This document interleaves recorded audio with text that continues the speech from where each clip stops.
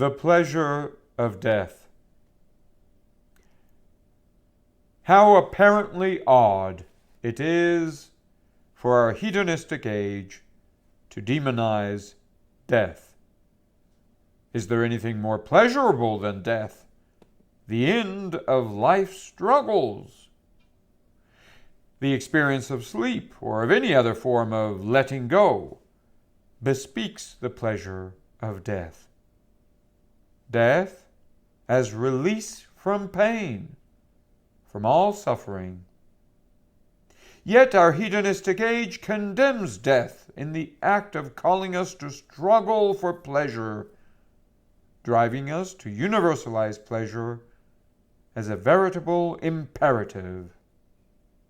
We are supposed to be responsible, to work hard so that worldly pleasures be available to all. Indeed, worldly pleasures are exalted, just as death and its otherworldly pleasure are despised, if not altogether abhorred. The oddity of our situation is merely superficial. Unlike ancient hedonists, our modern hedonists are at least tendentially anti-philosophical insofar as they flee death in a life that distracts us from death, a life that masks death. Even though early modern hedonists were still philosophers, they sought to place the pleasure of contemplation in the interests of the building of a new world, guaranteeing everyone's right to enjoy the pleasure of contemplation.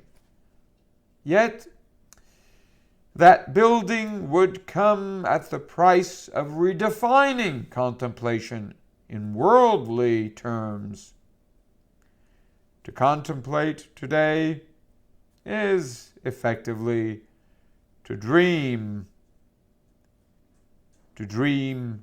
away from death, not to dive into death, but to glide through distractions from death, through surrogates for a death we are taught to shun as an evil, even the supreme evil, summum malum, as Machiavellian Hobbes would call it.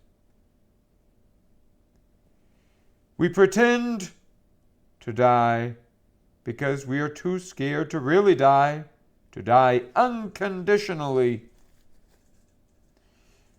The pleasure of contemplation, pleasure originally seated in death, is now a fleeting thrill couched in a stream of worldly compulsions,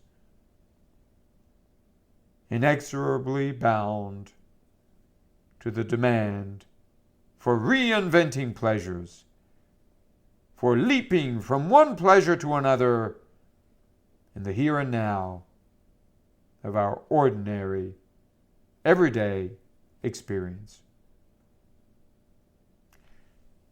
Our lives now stand over an abyss of death that we should never look into. Do not look down. The indefinite variety of worldly pleasures comes to mask the constant, divine-like pleasure of death, a pleasure that only very few heroic souls would ever dare face.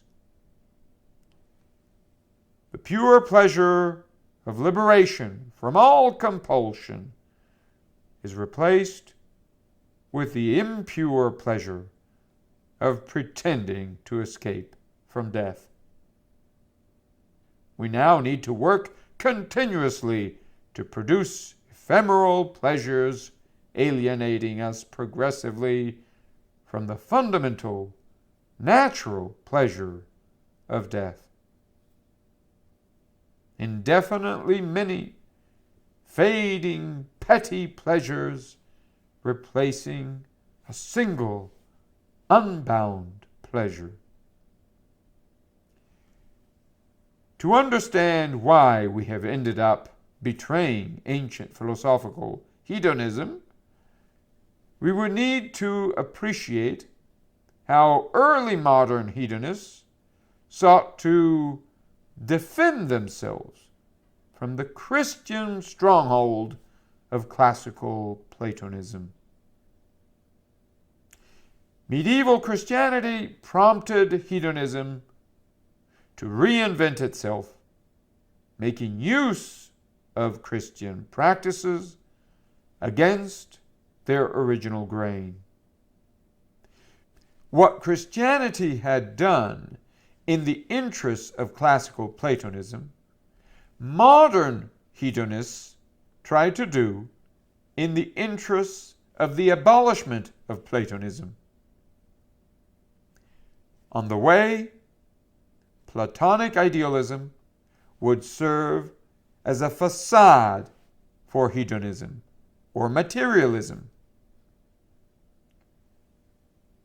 The Christian conversion of Platonism into an authoritative form of life, blessed by God and to be revered by all, would yield to an unprecedented authority, appealing to God primarily to justify itself in the eyes of the vast majority of people.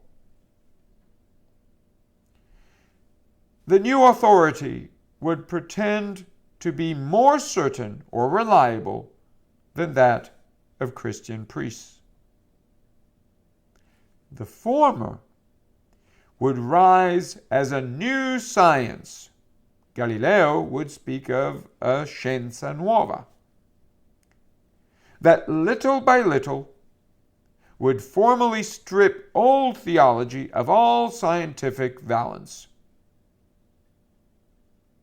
Theology would cease being upheld as the science, logos, of God, and begin being either flattered or flatly dismissed as pertaining to prejudicial perspectives on the divine or simply feelings about the divine.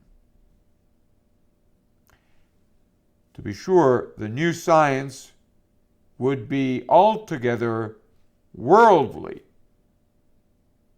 Its certainty would be based on a dismissal of the otherworldly as utterly uncertain. This is not to say that the otherworldly had been previously upheld as altogether certain. Suffice it to recall the first question Dante asks Virgil, if only elliptically, in the first canto of Inferno. Is Virgil a shadow or ghost, ombra, or a certain man, homo certo? Virgil swiftly responds, not man, man I once was, non homo, homo già fui. Not without irony, since the man in the past, the man of the past, is the shadow of a man, whereas the ghost of the present appears to us very much as a man.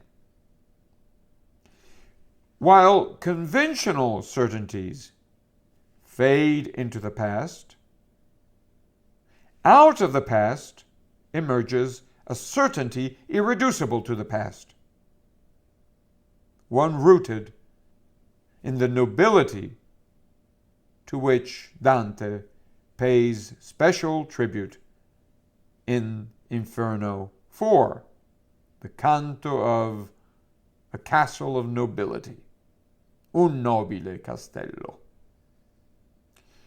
The certain now is not something cut off from the past, as modern science pretends to be, but something emerging out of the past, as out of the realm of the dead.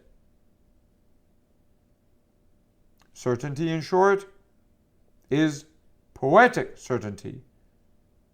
Poetic as is our science, our knowledge, as Giambattista Vico would remind the followers of Descartes.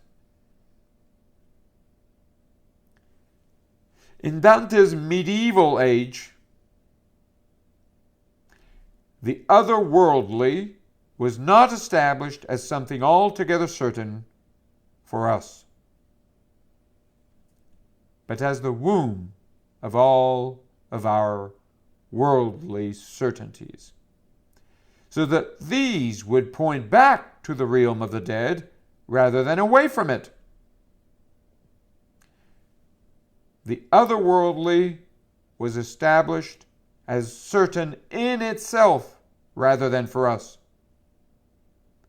What was seen as certain was that there is another worldly dimension,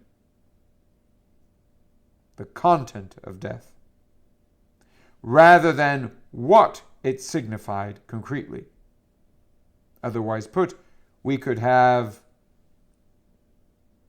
propositions carrying certainty or credibility, given the formal certainty of death, rather than propositions or a discourse upheld as if such propositions replaced death to inform our daily lives with a certainty surpassing that of death.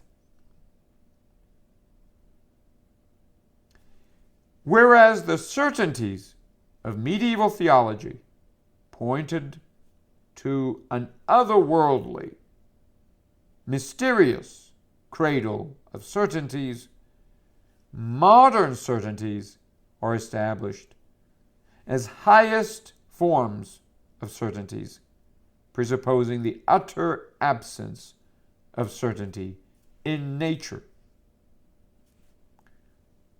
It was not enough for early modern philosophers to question medieval propositions about the otherworldly.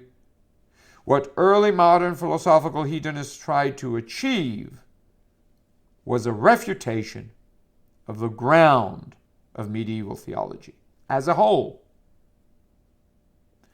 Death needed to be divested of all meaning, so that a new life could emerge as realm for the pretense of meaning, the place where meaning would be certified as a primarily human creation,